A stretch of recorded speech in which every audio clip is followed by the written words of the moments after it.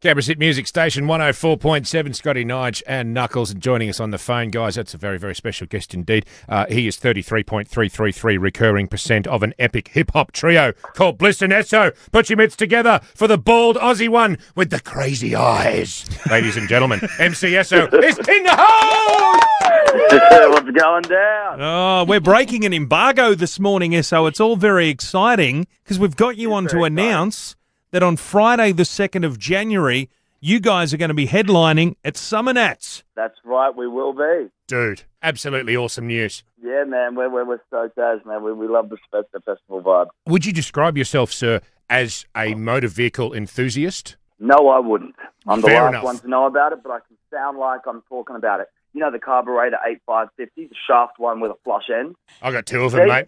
You're talking shit, ESO. It does sound legit, though, and I've got to say, speaking of flash cars, I want you to tell me a bit about this customised combi that I've been seeing pictures of. You guys unveiled it on your recent tour. What's the go with it? Yeah, basically it took us about 4 years to get this little puppy going. It was a dream to even kind of think that we can, build this kind of customised old-school combi that, the roof opens up, we drive it out onto stage, DJ ism, performs from there, so he's got his little kind of booth in there. So it's very next level, and, you've got to kind of see it to believe it. But, this puppy will be, I'm sure she'll be winning some shows around Australia and stuff. I was going to say, dude, you should enter that in the Summernats and go in the driving events and do the Go to Woe and the Spear Spud. You blokes would be awesome at that. Well, there's a couple of things we've got to fix first. The empty stage means it's full of petrol.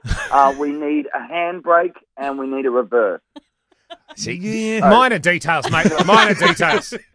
And handbrakes are for the weak, really. Yeah. Let's be honest. They help you get sideways quickly. Hey, listen, you just mentioned petrol before, ESO, and it's something I wanted to ask you. I'm in my 40s. I'm 41, so I remember the service station ESO. Were you conceived in the backseat of a car in a service station? Is that where the name comes from? No, but people have been getting it wrong for years, my friend. So and, fill us in. There aren't any stations around these days. No, that's so I right. don't know where they're getting it from. Yeah. I've had that double S haunt me for years. There's so many people go, he spelt it wrong. Yeah, that's right. No, it's actually short for esoteric, isn't it? It is. It is short for esoteric, yeah. There you go. And that's the thing. A lot of kiddies these days wouldn't even know what esoteric means. That is true. But a lot of old people don't either. A fair point. Yeah. A fair point. Indeed. Now, mate, I got a weird question for you regarding sort of Aussie hip-hop in general as compared with hip-hop from, say, North America. And again, I'm making a gross generalisation here. Over in the States, they tend very much to focus on subject matter like bitches, hoes, cash, cars, and so on and so forth. Whereas here in Australia, there seems to be quite a big focus on takeaway food, Chico rolls, chocolate moves, that sort of thing. Is that just purely a cultural thing, or did you guys all get together and have a chat about that? Why in Australia do we rap and hip hop about things like that? Can you tell me someone who talked about a Chico roll? Yeah, producer Super Joe. Who spoke about the Chico rolls? Oh, that was Pegs. Pegs from Melbourne. Wow, yeah. He talks about going to the shop in a club sport to get a Chico roll. That's probably what he does. Yeah. That's probably what he does. So just focus on Just what you know keeping it best. real. Okay. Yeah. I mean, it's all up to the individual, mate. I mean, if you're dumb as all balls and eat meat pies all day, that's what you're going to get out of the guy. No, fair enough. If you're I like smart that. and you're onto it and you're a well-travelled man, you can spread some bloody wisdom. Yeah, nice. Great. That is the best answer I've ever heard. I think Good so. man. And I mean, spreading the wisdom. I mean, you guys did that. The last album, #1 on the ARIA charts it debuted at. It sold squillions of copies, man. Does that put big pressure on you for the next album, or do you think, okay, we've set the bar here, let's just keep moving with it?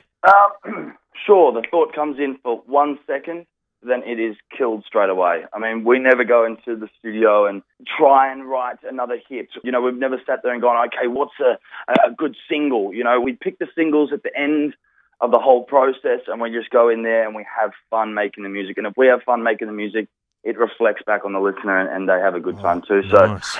if we stopped having fun, we'd probably stop making music. So nothing stopping Man, yet. you need to come and have a word to our boss for us, dude. Seriously. Yeah, radio consultants need to live by that creed, don't wouldn't they? that be a brilliant way to run things here? Just to do what seems like the fun, cool thing to do at the time rather than worrying about numbers and stuff, you know? Indeed. Well, mate, exactly, mate. Yeah. you're in for an absolute treat at the Summernats, man. It is the biggest 3-day event in Canberra every year. Like 100,000 people will go through the gates of the Nats, and you guys will be performing on the 2nd of January, headlining on the night. Esso from BLISS N ESO, thanks for your time, mate, and we'll see you at the Summernats. Thank you very much, guys. And anyone who's anyone, come on down.